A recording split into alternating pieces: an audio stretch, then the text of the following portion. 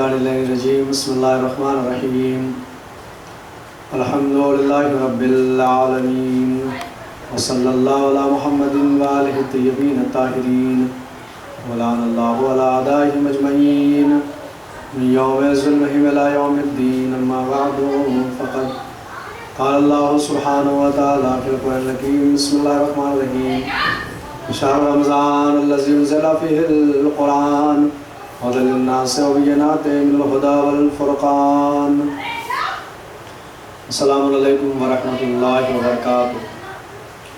ناظرین کرام، ایک بار پھر آپ حضرات کی خدمت بابرکت میں حاضر ہیں۔ ماہ مبارک رمضان 1441 ہجری اور مسلسل آپ حضرات سے گفتگو جاری و ساری ہے۔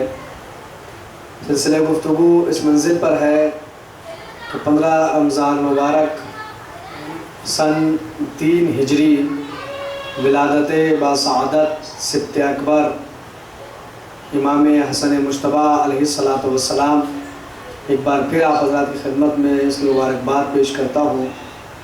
جو تاریخ گزری ہے یہ رسول کے بڑے فرزند، رسول کے بڑے نواسے امام حسن مجتبیٰ سے منسوب تاریخ ہے، اور امام حسن کی ذات وہ ذات ہے کہ سب سے پہلے فاطمی سید اگر کوئی ہے تو امام حسن کی ذات ہے۔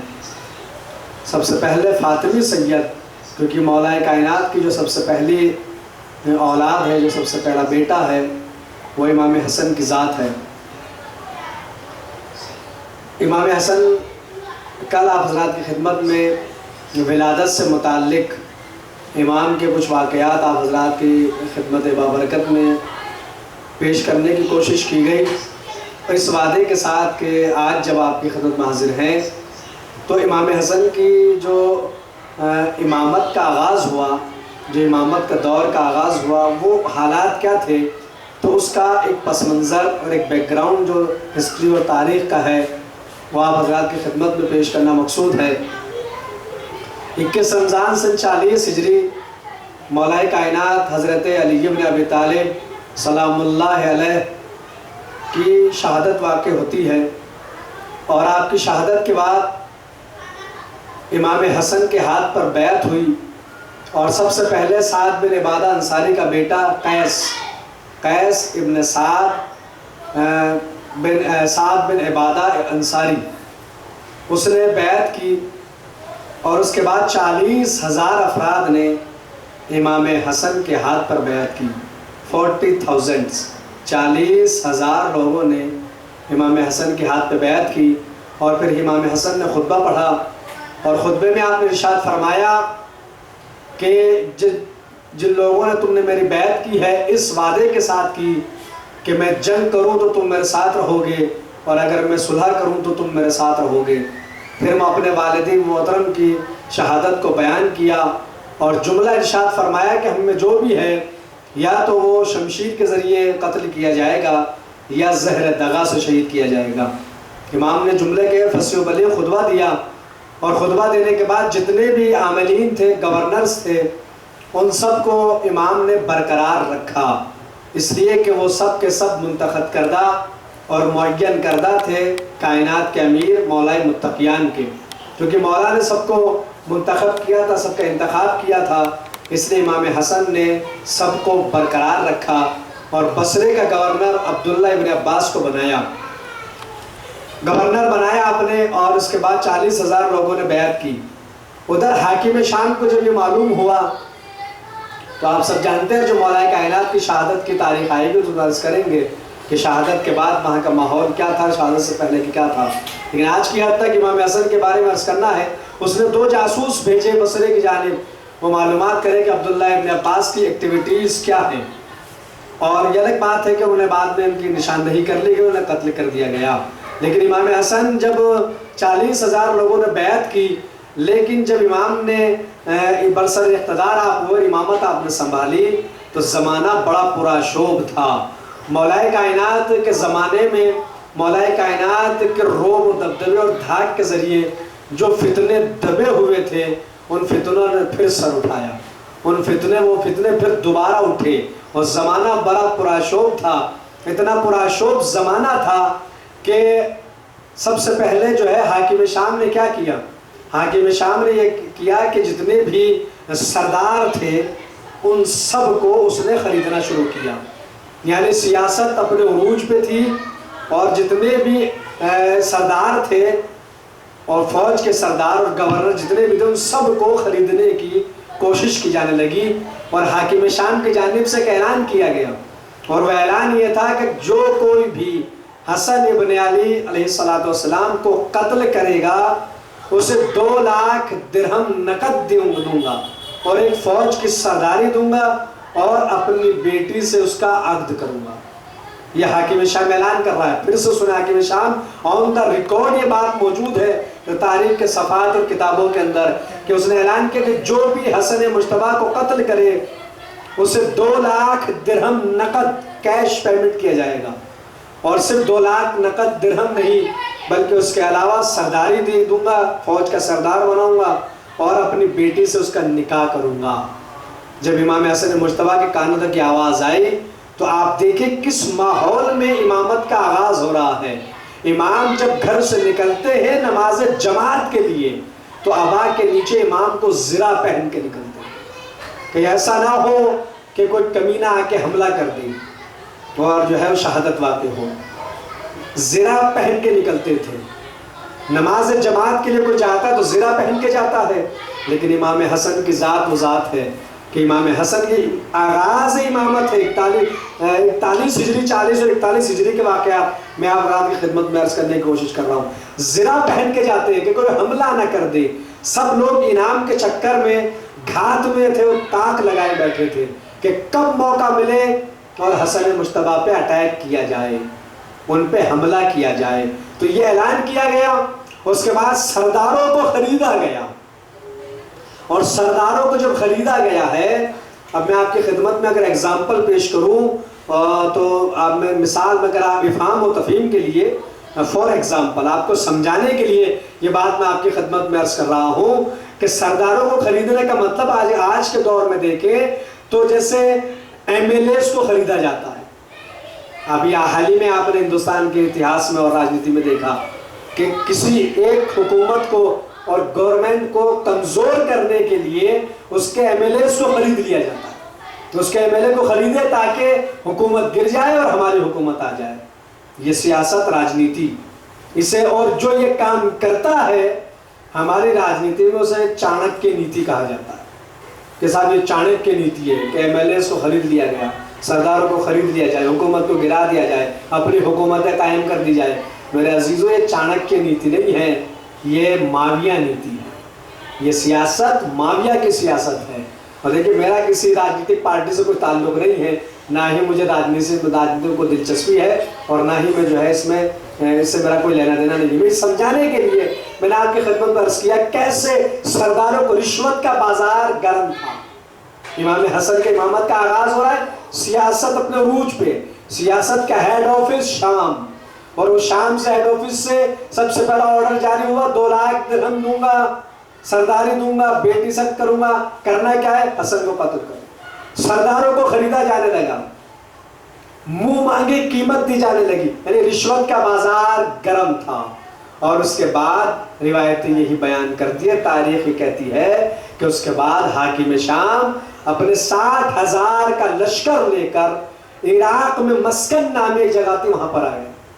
جب وہ لشکر لے کے آیا تو ادھر سے امام حسن علیہ السلام آپ نے بھی لشکر کو تشکیل دیا، کیونکہ آپ نے آرڈر جاری کیا تھا کہ لشکر جیسی تیاری میں لگا ہوا ہے ویسی اپنی تیاری میں لگا رہے، اور اس لشکر کو لے کر آپ بھی عراق کی جانب روانہ ہوئے۔ اور جب عراق کی جانب روانہ ہوئے تو اس کے بعد جو ہے وہ حاکم شام نے دیکھا، امام حسن کے لشکر کو دیکھا تو دل میں اس کے خوف پیدا ہوا، کیونکہ وہ جانتا تھا کہ حسن کے رگوں میں علی کا لہو ہے۔ حسن بھی اتنے ہی شجاع اور بہادر ہے جتنے کائنات کے امیر حضرت علی بہادر ہیں، جانتا تھا۔ تو جب اس نے لشکر کو دیکھا تو اس کے دل میں خوف پیدا ہوا کہ اب کیا کرے، ان کے پاس بھی اتنا لشکر ہے اور یہ 60,000 کا لشکر یہ لے کر آیا۔ تو اس نے عمر یاس کو بلایا، بلانے کے بعد اس سے مشورہ کیا میرے عزیزوں جس حکومت کا مشیر ہمارے آج جیسا شخص ہو، آپ کیا امید کر سکتے ہیں کہ حکومت کیسی ہو؟ اس نے مشورہ کیا دیا؟ اس نے مشورہ دیا کہ گٹھ جوڑ والی، گٹھ بندھن والی سرکار قائم کی جائے۔ مطلب کہ امام حسن کے جو ساتھی ہیں انہیں توڑا جائے، انہیں اپنی طرف لایا جائے۔ جیسے کہ آج کے دور میں جتنی بھی سیاست ہے، راجنیتی ہے، پولیٹکس، سب معاویہ والی راجنیتی۔ اور میرے عزیزوں یہاں پر رک کے ایک بات عرض کروں، جب پولیٹکس اور سیاست اور راجنیتی معاویہ والی ہوتی ہے تو سماج پراگندہ ہوتا ہے۔ جب سماج جو ہے کرپٹ ہو جاتا ہے، جب کرپشن ہی کرپشن، بھرشٹاچار ہی بھرشٹاچار ہوتا ہے، جیسا کہ تاریخ میں ہوا۔ اور آج میں نے کہا کہ راجنیتی اور سیاست اگر کرنا تو ویسے ہی کرو جیسے میرے مولا نے کی ہے، اور 19، 20، 21 رمضان میں بتائیں گے کہ راجنیتی اور پولیٹکس کیسی ہوتی ہے۔ لیکن آج کے دور میں جتنی بھی راجنیتی ہے، پولیٹکس ہے، سیاست ہے، سب وہی جسے لوگ چانکیہ نیتی کہتے ہیں، وہ معاویہ نیتی ہے تاریخ میں۔ اس نے کیا کہا؟ ہمارے آس نے مشورہ کیا دیا؟ کہا توڑا جائے۔ کیا کرے اس کے لیے؟ کہا کہ امام حسن کا خطبہ یاد کرو۔ جب امام حسن لشکر کو لے کے آئے تو امام حسن نے کیا جملے کہے؟ امام حسن نے ایک جملے ارشاد فرمائے تھے۔ امام نے اپنے لشکر سے کہا تھا کہ میرے دل میں کسی کے لیے نہ کوئی عداوت ہے، نہ دشمنی ہے، نہ میری ذاتی کسی سے کوئی دشمنی ہے۔ میرا جو کام ہے للہ ہے، اللہ کے لیے ہے، اور اگر میں جنگ کروں گا تو اللہ کے لیے، اگر میری صلح ہوگی تو اللہ کے لیے، جو کام ہوگا وہ اللہ کے لیے ہوگا۔ اور میں جنگ کے مقابلے میں صلح کو اور آشتی اور امن کو پسند کرتا ہوں۔ امام نے جملے کہے اپنے لشکر سے۔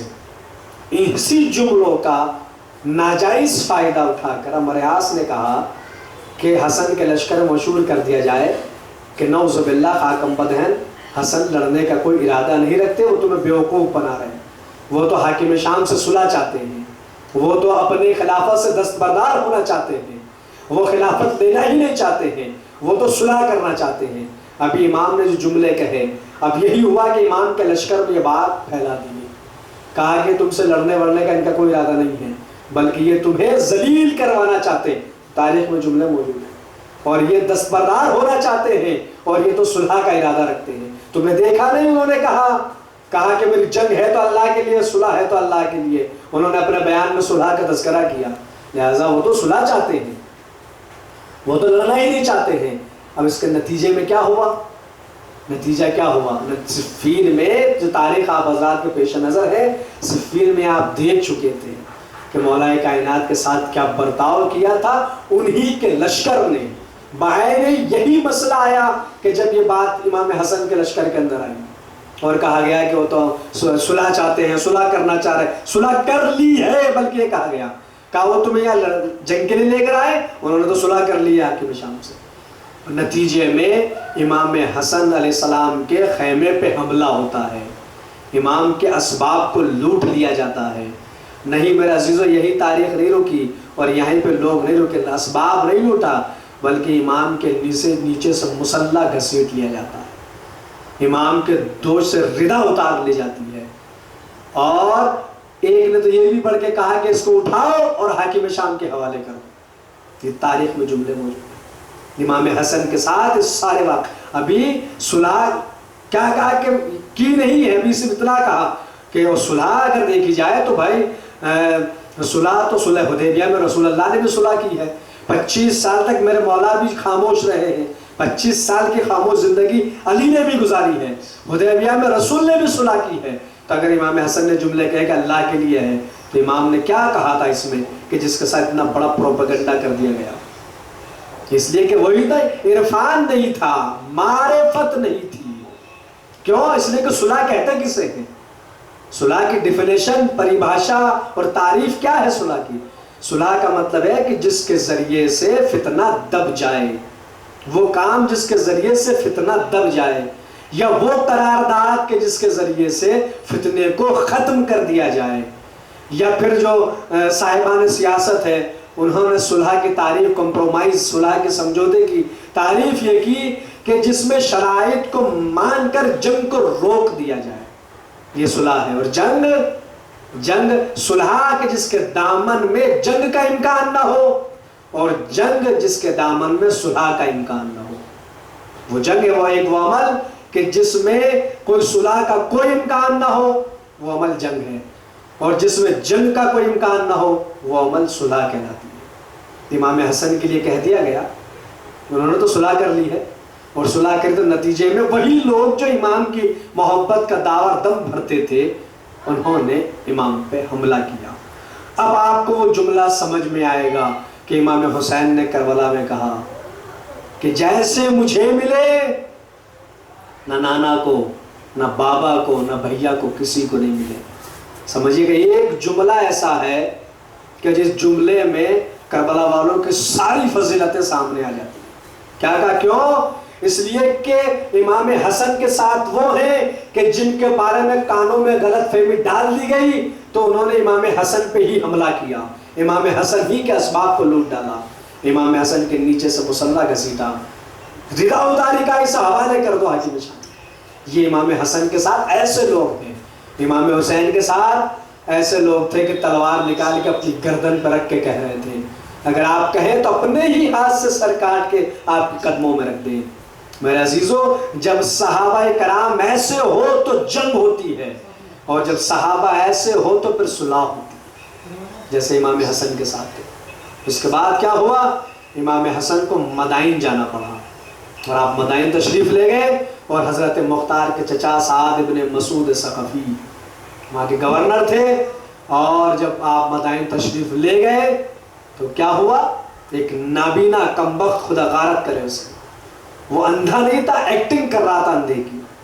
اس نے کیا کیا؟ عصا لیا، عصے کے نیچے کیل، زہر میں بجھی ہوئی کیل، اسے عصا کے نیچے اس نے لگایا اور امام حسن کے پائے اقدس میں اس کیل کو چبھو دیا۔ اس کے بعد سرکار وفا حضرت غازی نے اسے بعد میں قتل کیا، اور کہا جب تو اسے قتل نہیں کروں گا، قسم کھائی تھی، وہ ایک الگ تاریخ ہے اس کی، لیکن اس نے ایسا کیا کس کے کہنے پر؟ یہ سب جو سیاستیں چل رہی تھی، امام کے ساتھ یہ ہوا۔ اس کے بعد امام کو مدائن جانا پڑا، وہاں آپ کے پائے اقدس میں زہر سے بجھی ہوئی کیل چبوئی گئی، اس کا اثر ہوا، آپ زیر علاج ہے، آپ زیر علاج ہے مدائن میں۔ اور یہی وہ واقعہ پیش آیا مدائن میں کہ جو حضرت مختار نے آ کے اپنے چچا سے کہا کہ جو غلط فہمی بیان کر دی گئی، حضرت مختار کے لیے وہ جواب دیتا چلو جو کسی نے سوال کیا تھا کہ امام حسن نے ان کی امداد کو قبول کیا، جبکہ خروج مختار تو امام حسین کی شہادت کے بعد ہے۔ یہی وہ ماحول تھا۔ میں نے شاید بہت مختصر لفظوں میں آپ کو سمجھانے کی کوشش کی کیسے لوگ تھے امام حسن کے ساتھ کہ جو بیعت کرنے کے بعد امام کا مسلح گھسیٹ رہے تھے۔ کون تھے؟ اپنے، جنہوں نے اپنائیت کا دم بھرا تھا۔ اسی لیے ایسا ماحول تھا کہ باپ بیٹے پہ بھروسہ نہیں کر سکتا تھا، بیٹا باپ پہ بھروسہ نہیں کر سکتا تھا، تو پھر چچا بھتیجے پہ کیسے بھروسہ کرے؟ اسی لیے مختار نے آ کے محبت امام حسن نے اپنے چچا سے کہا کہ حوالے کر دیا جائے حاکم شام کے اور اتنے انعام دے لیا جائے جنہوں نے۔ تو چچا برہم ہوئے، کہ مختار مجھے تم سے یہ امید نہیں تھی کہ تم ایسا کہو گے، یہ فرزند رسول ہے، یہ فرزند علی و زہرا ہے۔ تو پھر مختار نے کہا چچا میں کیا کروں کہ ماحول ایسا ہے کہ ہم کسی پہ اعتماد نہیں کر سکتے، اور ہمیں امامت کی حفاظت کرنی ہے، ہمیں امام کو بچانا ہے، برحق امام ہے تو یہی ہے، میرا بھی عقیدہ وہی ہے۔ پھر بعد کی باتیں لوگ کھا جاتے ہیں کہ مختار نے بھی تو کہا کہ ہمیں حفاظت کرنی ہے۔ اس کے بعد جو مدد کی، اس مدد کو امام حسن نے قبول فرمایا مدائن کے۔ امام زیر علاج ہے۔ اب آپ دیکھیے امام صلح نہ کرے تو کیا کرے؟ پہلا تو یہی کہ جو لشکر تھا امام کا اسی نے جو ہے دغا کر دی، جو گیا تھا اسی نے دغا کی۔ پھر جب زیر علاج ہے تو ایک آتا ہے فضل بن ربیع نام، آنے کے بعد وہ کیا کہتا ہے امام؟ تو آپ جملے سنیے گا کیا کہتا ہے۔ وہ آنے کے بعد کہتا ہے السلام علیکم یا مذل المومنین۔ امام حسن کو آ کر کہتا ہے کہ سلام اس پہ اے مومنین کو ذلیل کروانے والے، تجھے سلام۔ امام حسن سے آ کے کہتا ہے۔ امام حسن اس کے بات پہ برہم نہیں ہوئے کیونکہ وہ غلط فہمی کا شکار تھا۔ امام حسن نے کہا تم اس طرح کیوں کہتے ہو؟ تو کہا کہ اس لیے کہ آپ نے مومنین کو ذلیل کروایا ہے، آپ نے صلح کر کے مومنین کو ذلیل کرایا۔ میں نے کہا میں نے ابھی تک صلح تو کی نہیں ہے۔ کہا نہیں، لشکر اور فوج میں کہ حسن نے صلح کر لیا حاکم شام سے۔ تو مولا نے کہا پھر تم کیا چاہتے ہو؟ کہ ہم چاہتے ہیں کہ آپ جنگ کریں، آپ لڑیں، آپ تلوار اٹھیں آپ۔ مولا نے کہا کہ ٹھیک ہے، تو اپنے جیسے 9 لے کر آ، 9 میں تلوار اٹھا کے جنگ کروں گا۔ 9 صرف 9 اونلی امام فرماتے ہیں آنے والے سے۔ فضل بن ربیع جو کہتا ہے السلام علیکم مذل المومنین، مومنین کو ذلیل کروانے والے، سلام استغفر اللہ نعوذ باللہ، جو بھی اس نے جملے کے، حالانکہ وہ غلط نہیں تھا، اگلا جملے پر تاریخ نے بتایا کہ وہ غلط ارادت اس نے بات نہیں کہی۔ امام نے کہا اپنے جیسے 9 لے کر آ، میں جنگ کروں گا، جو مخلص ہو۔ اس نے کہا فرض رسول پتہ کیسے چلے گا کہ یہ مخلص ہیں؟ کہا ان 9 افراد سے کہنا جب میرے پاس آئے تو سر کے بال منڈوا کے آئے، اپنے بال اتروا کے آئے۔ یہ بال اتروانا جو ہے نئی بات نہیں ہے، مولا کائنات نے بھی ایسا کیا، اور ظاہر سی بات ہے عالم اسلام جب حج پہ جاتے ہیں سارے تو اللہ بھی یہی کہتا ہے میری بارگاہ میں آئے ہو تو جو پلے پلائے بال ہیں نہ ہٹاؤ، ان کی قربانی دے کے آؤ، کٹوانے پڑیں گے۔ پلے پلائے بال ہیں اچھے خوبصورت، شیشہ دیکھنے کا دل کرتا ہے، اتارو، بال اتروا کے آؤ۔ خدا کی قسم روایات اور تاریخ اور اتہاس گواہ ہے کہ اگلے دن وہ اکیلا آیا، اکیلا، اور اپنا سر جھکا کے کھڑا تھا۔ امام نے کہا تو کہتا تھا کہ پورا مدائن آپ کے ساتھ ہے، پورا لشکر آپ کے ساتھ ہے، کہاں گئے سب لوگ؟ اس نے کوئی جواب نہیں دیا تو امام نے وہی تاریخی جملہ کہا تو اکیلا ہے، تجھے لے جا کے قتل کروا دو، ان کے ہاتھوں مروا دوں تجھے لے جا کے، تو اکیلا ہے۔ پھر امام نے اگلا جملہ وہی جملہ کہا جو مولا کائنات نے کہا کہ جو میرے کہنے پر سر کے بال نہیں کٹوا سکتے وہ میرے کہنے پر سر کیا کٹوائیں گے؟ کہا تو اکیلا ہے، تجھ جیسے اگر نو لا میں جنگ کروں۔ تو یہ واقعات، یہ سارا بیک گراؤنڈ ہے کہ امام حسن نے صلح کیوں کی۔ ایک تو یہ فتنہ کہ جتنے بھی تھے وہ گٹھ جوڑ گٹھ بندھن والا معاملہ تھا، توڑ لیا گیا جیسے آج کل لوگ کرتے ہیں۔ یہ ساری سیاست، ساری راجنیتی معاویہ والی راجنیتی، اسی لیے ہمیں یہ بالکل پسند نہیں، نہ ہمیں اس سیاست سے کوئی لینا دینا ہے، کیونکہ ساری معاویہ والی گٹھ بندھن، جوڑ توڑ، خرید و فروخت، سارا معاویہ نے ایسا تاریخ میں کیا۔ یہ کوئی نئی بات نہیں ہے، نہ یہ چانکیہ نیتی ہے۔ بھول جائیے گا کہ اگر کوئی کہتا ہے کہ چانکیہ نیتی ہے تو وہ چانکیہ وانکیہ نیتی نہیں ہے، یہ سب معاویہ پہلے تاریخ میں سب کچھ کر چکا ہے جو آج کے دور میں ہو رہا ہے۔ اب آپ پہچان لیجئے کہ دور حاضر کا معاویہ کون ہے۔ یہ سب کیا، اس کے بعد سب سے بڑا جو اہم وجہ امام کے صلح کرنے کی کیا ہے؟ رومیوں سے حاکم شام کا دفاعی معاہدہ، ڈیفینسو کمپرومائز جو کیا تھا رومیوں سے۔ کس نے؟ حاکم شام کہ جب بھی کوئی اگر ہم سے جنگ کرے گی، ہم پہ حملہ ہوگا، ہم پہ اٹیک ہوگا، تو رومی آئیں گے اور آ کے ان کو مدد کریں گے۔ امام حسن دیکھ رہے تھے کہ اگر میں جنگ کے لیے گیا تو 2 4 5 جو مخلص ہیں یہ رومیوں کے ہاتھوں مارے جائیں گے، ان کے ہاتھوں سے ہلاک ہو جائیں گے، قتل ہو جائیں گے۔ اور اسی معاہدے کے نتیجے میں خدا کی قسم توجہ کے ساتھ سنیے گا، یہ فیکٹس ہیں، تاریخ کی حقیقت ہے جو میں آپ کے سامنے بیان کر رہا، فیکٹس ہے سارے، آپ تاریخ کے صفحات میں دیکھیں۔ رومیوں کے معاہدے اور کمپرومائز کے نتیجے میں پورا ایک جہاز بھر کے مسلمانوں کی بیٹیوں کا حاکم شام نے ان رومیوں کے پاس بھیجا، ایک جہاز بھر کے مسلمانوں کی بیٹی بطور ہدیہ تحفہ بھیجا گیا۔ کہاں؟ روم۔ پھر وہ جہاز جب لوٹ کے آیا 3 4 مہینے میں پھر اسے مال اور اسباب سے بھر کے پھر رومیوں کے پاس بھیجا گیا، یعنی مسلمانوں کے مال کو بھی صرف کیا گیا اور مسلمانوں کی عزت کو بھی نیلام کیا گیا۔ کون؟ حاکم شام۔ یہ سب ہو رہا ہے امام کے سامنے، کہ امام کی نگاہیں نہیں دیکھ رہی تھی جو لوگوں نے کہہ دیا کہ انہوں نے صلح کر لی تھی اور وہ نعوذ باللہ شجاع نہیں تھے۔ حالات تو دیکھے کہ حالات کیا تھے۔ امام کو معلوم تھا کہ رومیوں سے معاہدہ ہے، چند لوگ اگر چلے بھی گئے، مخلص لوگ ہیں، تو رومیوں کے ہاتھوں مارے جائیں۔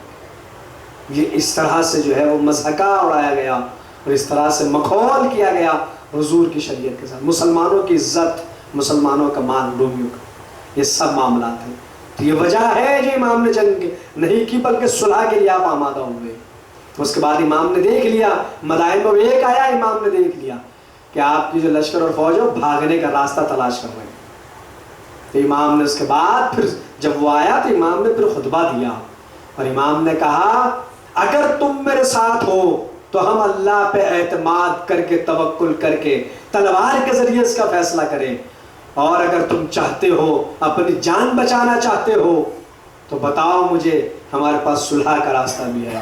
تو خدا کی قسم کو ایک آواز تو آتی جو اٹھ کے کہتا کہ اٹھیے آپ، ہم ہمارے ساتھ ہیں، تلوار اٹھائیں۔ ہر طرف سے آواز آ رہی تھی بقا بقا، صلح صلح، الامان الامان، ہر طرف سے ایک ہی آواز تھی، بس ہمیں جان ہے تو جہان ہے، ہم بچ جائیں چاہے جو ہو، بس جان، صلح کر دیجیے صلح کر۔ اب بتائیے ایسے ماحول میں امام صلح نہ کرتے تو کیا کرتے؟ کیا کوئی اور آپشن تھا؟ تاریخ کا آپ اتہاس کو دیکھنے کے بعد بتائیں کیا اور آپشن تھا امام کے پاس کہ جو آپشن کو ایکسیپٹ کیا جاتا؟ امام کرتے صلح کے علاوہ کیا تھا؟ اس کے بعد کہا ٹھیک ہے تم صلح چاہتے ہو، تو امام نے کہا کہ صلح ہو، معاویہ تو چاہ ہی رہا تھا کہ صلح ہو جائے۔ دیکھیے پھر وہ جملہ ہے کسی خطیب کا، بہت اچھا جملہ ہے کہ ذاکر کا، کہ امام حسن نے صلح نہیں کی ہے، امام حسن سے صلح کی گئی ہے۔ اس کی دلیل سب سے بڑی یہی ہے کہ جو صلح کرتا ہے وہ اپنی شرطیں مانتا ہے، اپنی شرطیں منواتا نہیں ہے۔ لیکن امام حسن کی صلح ہوئی تو کیا ہوا؟ کہا کہ فریقین جمع ہوئے کوفے کے پاس، انبار نامی ایک جگہ تھی، وہاں پر فریقین کو جمع کیا گیا، اور اس کے بعد امام حسن نے شرطیں بتائی کہ صلح ہوگی لیکن ان شرائط کے ساتھ۔ خدا کی قسم جو پہلی شرط امام حسن مجتبیٰ نے بتائی، اس پہلی ہی شرط نے حاکم شام کے چہرے پہ جو نمائشی اسلام کی نقاب تھی اسے اتار کے پھینک دی۔ پہلی ہی شرط امام نے کیا بتائی کہ حاکم شام کتاب خدا اور سنت رسول کے مطابق عمل کرے گا۔ امام حسن کے جملے نے ظاہر کر دیا کہ اب تک حاکم شام کا نہ کتاب خدا سے کوئی تعلق تھا، نہ سنت نبی سے کوئی تعلق تھا، نہ اس کا سیرت پیغمبر سے تعلق تھا، نہ کتاب خدا سے تعلق تھا۔ پہلی شرط امام نے بتایا عمل ہوگا کتاب خدا اور سیرت سنت پیغمبر کے مطابق۔ دوسری شرط حاکم شام اپنے بعد کسی کو خلیفہ نامزد نہیں کرے گا۔ تیسری شرط بتائی کہ حجاز، یمن، عراق، شام میں جتنے بھی لوگ ہیں سب کو امان دی جائے گی۔ امام شرط بتا رہے ہیں، 6 شرطیں ہیں کل جو میں آپ کو بتا رہا ہوں۔ چوتھی شرط امام نے کہا کہ جتنے بھی شیعان علی ہیں ان سب کی جان، مال، عزت، آبرو کی حفاظت کی جائے گی، ان سب کو محفوظ رکھا جائے گا۔ پانچویں شرط ہے کہ میرا بھائی حسین ابن علی اور میں اور میرے جتنے بھی گھر والے ہیں ان سب کے خلاف کوئی پروپیگنڈا نہیں کیا جائے گا، نہ ہی ان کے خلاف ان کے مارنے کے، ان کو قتل کرنے کی سازشیں کی جائے گی، نہ اعلانیہ طور پہ نہ خفیہ طور پہ۔ پانچویں شرط۔ چھٹی اور آخری شرط کہا کہ میرے بابا پہ جو سب و شتم کیا جاتا ہے، میرے بابا کو جو برا بھلا کہا جاتا ہے، وہ پہ پابندی لگائی جائے، اسے بند کیا جائے۔ یہ 6 شرطیں تاریخ کے صفحات میں موجود ہے، اور ان شرطوں کو قبول کیا، مانا کہ ہاں دستخط ہوئے، صلح ہوئی۔ اس کے بعد حاکم شام نے کیا کہا کہ حسن کی صلح جو شرطیں تھے وہ میرے پیروں کے نیچے، تاریخ کی جملے۔ تو یہ میرے عزیزو امام حسن نے اپنی شرطیں منوائی۔ امام حسن نے کہا کہ یہ میری شرطیں منوا لی امام حسن، اور ان شرائط کے ساتھ پھر صلح۔ تو آپ دیکھ رہے کیا حالات تھے امام کے ساتھ، کیا حالات پیدا ہوئے میرے مولا کے ساتھ۔ اس کے بعد اعلان کیا گیا اپنی خلافت کا، اس نے اعلانیہ اعلان کیا کہ میری خلافت کو قبول کرو، اور جو لوگ اس کی طرف بیعت کرتے چلے گئے اس نے گروہ تشکیل دیا جس کا نام رکھا گیا سنت والجماعت۔ اب آپ تاریخ دیکھیں، کتابیں پڑھیں، گروہ بنایا گیا اس کا اپنا، جو اس کی بیعت کر رہے تھے، اس کا نام دیا گیا سنت والجماعت۔ ایک اہل سنت والجماعت، ایک سنت والجماعت۔ سنت والجماعت کی ہسٹری یہ ہے کہ اس کا موجد، اس کا ایجاد، اس کی بنیاد رکھنے والا کون؟ حاکم شام۔ اور اہل سنت کی تاریخ اگر آپ کو دیکھ رہی تو حوالہ دیتا چلو، آپ پڑھ لیے گا، ڈاکٹر تیجانی سماوی کتاب ہے، اس کا پورے ٹائٹل ہے شیعہ ہی اہل سنت ہے، اس میں آپ تفصیل سے دیکھ سکتے ہیں، شاید PDF آپ کو دستیاب ہو جائے۔ تو میرے عزیزو یہ ہے اس کے بعد اعلان ہوا، اعلان کیا گیا. سب سے بڑا فتنہ پھر سامنے آیا. ان تمام فتنوں کا سامنا امام کو اپنی امامت میں کرنا پڑا. دور امامت میں کتنا سخت ترین دور ہے امامت کا، ملاحظہ کر رہے ہیں آپ کتنا سخت ترین. وہ امامت کا آغاز ہے، صلح ہو گئی، اس نے کہا کہ صلح کی شرطیں میری پاؤں کے نیچے، میں نہیں مانتا ایک ایک کسی بھی شرط کو. اب تک مولا کائنات کو برا بھلا کہا جا رہا تھا، اب وہ آئیں گے 19 20 21 رمضان کے تقاریر میں بیان کریں گے کہ وہ حالات کیا تھے جس کا سامنا مولا کائنات نے کیا. لیکن یہ امام حسن کے سامنے اس کے بعد 70,000 ممبروں سے مولا کائنات پہ تبرہ کیا گیا.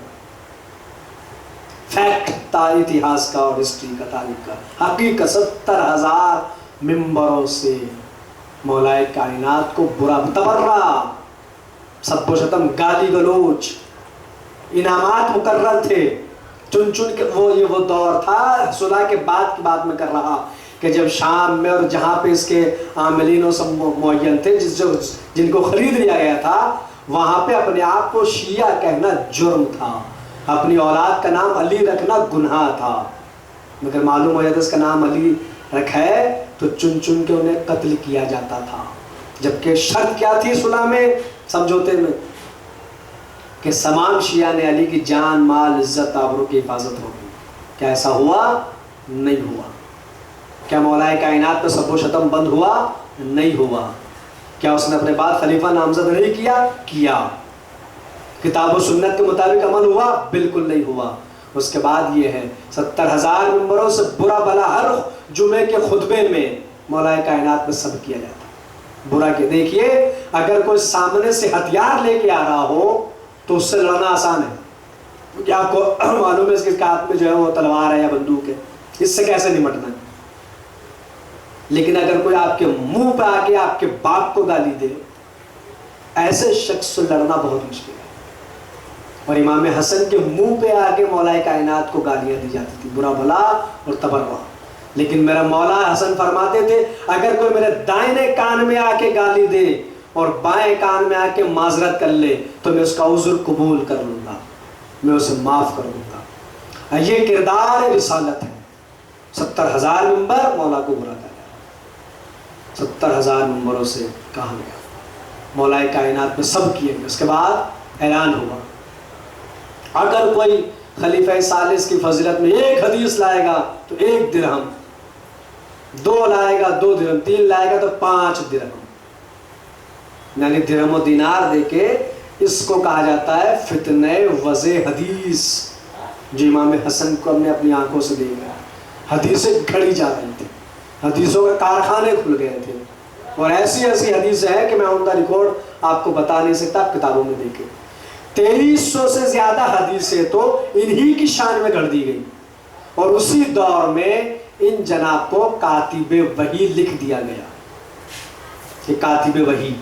اب آپ مجھے انصاف سے بتائیں، تاریخ پڑھنے والے، تاریخ سمجھنے والے، سوچنے والے، ہسٹری کا جو ہے وہ مطالعہ کرنے والے مجھے بتائیں کہ فتح مکہ کے بعد جس نے مصلحتاً جو ہے وہ اسلام قبول کیا ہو، اب فتح مکہ کے بعد آیتیں آئیں کتنی تھی جو انہوں نے لکھی اور یہ کاتب وحی ہو گئے. انہیں کاتب وحی کہا گیا. خال المومنین، انہیں جانے کن کن القاب سے ان کو لقب جو ہے وہ ان کو نواز دیا گیا. 2300 سے زیادہ حدیثیں ان جناب کی فضیلت میں بیان کر دی گئی. اور حدیثیں اب لوگ درہم و دینار لیتے تھے. اب ظاہر سی بات ہے کہ عربی تو انہیں سیکھنے کی ضرورت ہی نہیں تھی، عربی تو ان کی اپنی زبان ہے، اپنی لینگویج ہے ان کو سیکھنے کی ضرورت ہی نہیں ہے. تو حدیث پہ گھڑی جا رہی ہے. یہاں تک کہ روایت گواہ ہے، تاریخ گواہ ہے، اتنی زیادہ حدیثیں ہو گئی کہ حاکم شام کو کہنا پڑا کہ انہیں کم کر لو، بہت زیادہ ہو گئی. خلیفہ ثالث کی شان، اس نے خود کہا انہیں کم کرو، بہت ہو گئی. تو ہمارے آس نے آگے کہا کہ انہیں کم مت کروا. کہا پھر کہا وہ جو 2 اور بچے ہیں دوسرے پہلے کچھ حدیثیں ان کے اکاؤنٹ میں ٹرانسفر کر دے تو بیلنس ہو جائے گا. یہ فتنہ وضع حدیث، حدیثوں کے گھڑنے کا جو ہے وہ دور شروع ہو گیا. اب جب تاریخ اور اتہاس ایسے دور میں لکھا جائے گا تو پھر ظاہر سی بات ہے کہ مختار کو تو برا کہا ہی جائے گا. پھر ظاہر سی بات ہے کہ محمد حنفیہ پہ تو انگلی اٹھائی جائے گی. مسلم بن عقیل کو، زید شہید کو، جتنے کردار مس کیے گئے وہ سب ایسے ہی تو راوی تھے کہ جو درہم و دینار لیتے تھے اور جو حکومت کے مطابق اپنے بیان دیتے تھے. جیسے آج کل کی ہماری میڈیا, پھر میں دور حاضر مثال دے دوں, آج کل ہماری میڈیا کو دیکھ لیجیے آپ, حقیقت سے ان کا کوئی لینا دینا ہی نہیں ہے, فیک نیوز چلاتے ہیں. کیوں؟ اس لیے کہ جس نے منہ بھر دیا وہ اسی کی بات کہنے شروع کر دی. یہ بھی دور نیا دور نہیں ہے. آج کل ہماری میڈیا, ہاں اتنا دور ہے کہ الیکٹرانک میڈیا نہیں تھی اس وقت, یہ ترقی ہوئی ہے, باقی اور کوئی ترقی نہیں ہوئی. آج ایک نا کہ نئی دور کی میڈیا, بالکل نہیں میرے عزیزوں.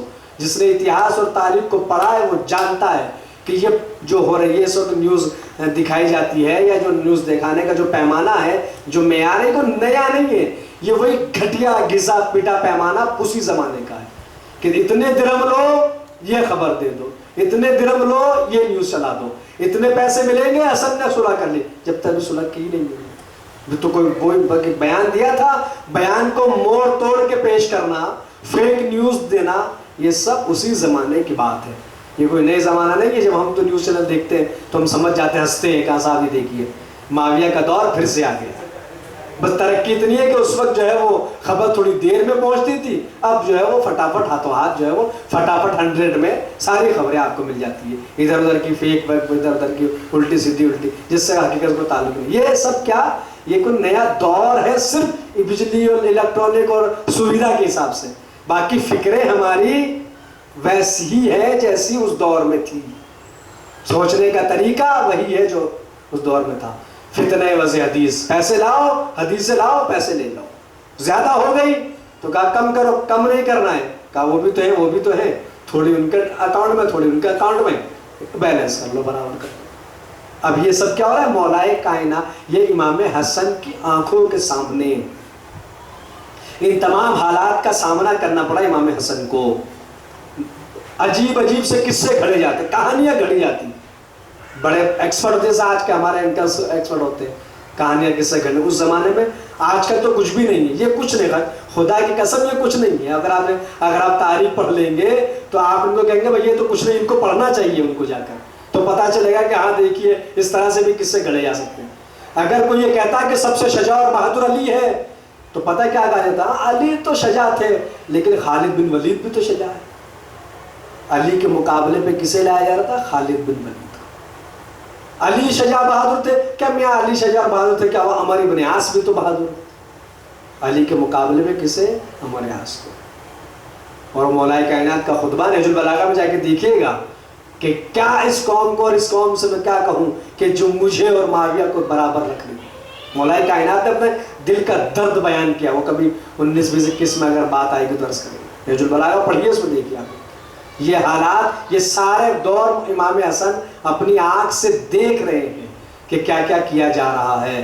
ایسے میں امامت کو لے کے چلنا کوئی معمولی کام نہیں تھا, کوئی آسان کام نہیں تھا. جو 10 سال آپ نے گزارے, 37 سال کی آپ کی عمر تھی 40 ہجری میں, 50 ہجری میں آپ کی شہادت ہے, صرف 47 سال کی عمر مبارک ہے آپ کی. پوری حیات 47 years old only, 47 سال کی کل حیات طیبہ ہے. اب ظاہر سی بات ہے کسی نے کمنٹس میں کہا کہ ایک دن جو ہے وہ کافی نہیں ہے امام حسن کی زندگی کے لیے. ظاہر سی بات ہے, بالکل صحیح کہا. 47 سال کی زندگی 47 منٹ میں بیان نہیں ہو سکتی. یہ صرف میں نے ہیڈ لائنس, جسے کہتے ہیں ہیڈ لائنس بتائی آپ کو تاریخ کی. اب ایک شرط کے اوپر بات کی جا سکتی ہے کہ امام نے کہا, لیکن خدا کی قسم پہلی ہی شرط نے نقاب اتار کے پھینک دی, ظاہر کر دیا کہ نہ کتاب سے تعلق ہے نہ سنت نبی سے تعلق ہے. امام نے بتایا کہ جو بھی ہوگا اس کے مطابق ہو. قبول کیا نا, اگر نہ کہتا کہ میں تو کام کر رہا ہوں کتاب کے مطابق, میں نے تو سنت رسول کا فراموش کیا, لیکن خاموشی قبول کرنا بتا رہا ہے. امام نے نقاب اتار کے پھینک دی. یہ فیکٹس ہے تاریخ کے, جنہیں تاریخ میں جا کے آپ دیکھ سکتے ہیں. یہ دور امام ہے. فتنہ وضع حدیث, حدیثیں گھڑی جا رہی ہیں, فضائل بنائے جا رہے ہیں, بنا کے پیش کیے جا رہے ہیں, مولائے کائنات کے مقابلے پہ لایا جا رہا ہے کہ یہ اگر مجھ سے رسول نے کہا کہ حسن مجھ سے, حسین مجھ سے, میں حسین سے, تو ان کا مقابلہ میں ان کے لیے بھی کہا کہ وہ مجھ سے. وہ تاریخ میں دیکھے آپ جا کے کن کے لیے کیا کیا حدیث سے گھڑی گھر, کیا کیا واقعات ہیں. یہ سارا فتنے جو تھے ابھر کے سامنے مولائے کائنات امام حسن کے دور میں. بتائیے آپ کتنا, اب آپ وہ جملے کی تصدیق ہو گئی کہ حسین سے زیادہ مظلوم ہے حسن اور یزید سے زیادہ ملعون ہے معاویہ, کیونکہ جتنی بھی سیاست کر سکتا تھا وہ راجنیتی پڑے اس نے کی. کس کے ساتھ؟ بنی ہاشم کے ساتھ. اور اسی سیاست کے، اب یہ سیاست کو نہیں تھی میرے عزیزوں، اب وہ کہتا ہے بات نکلے گی تو دور تک جائے گی. اسی لیے اسے دوسری خلافت کے دور میں شام کا حاکم بنایا گیا تھا.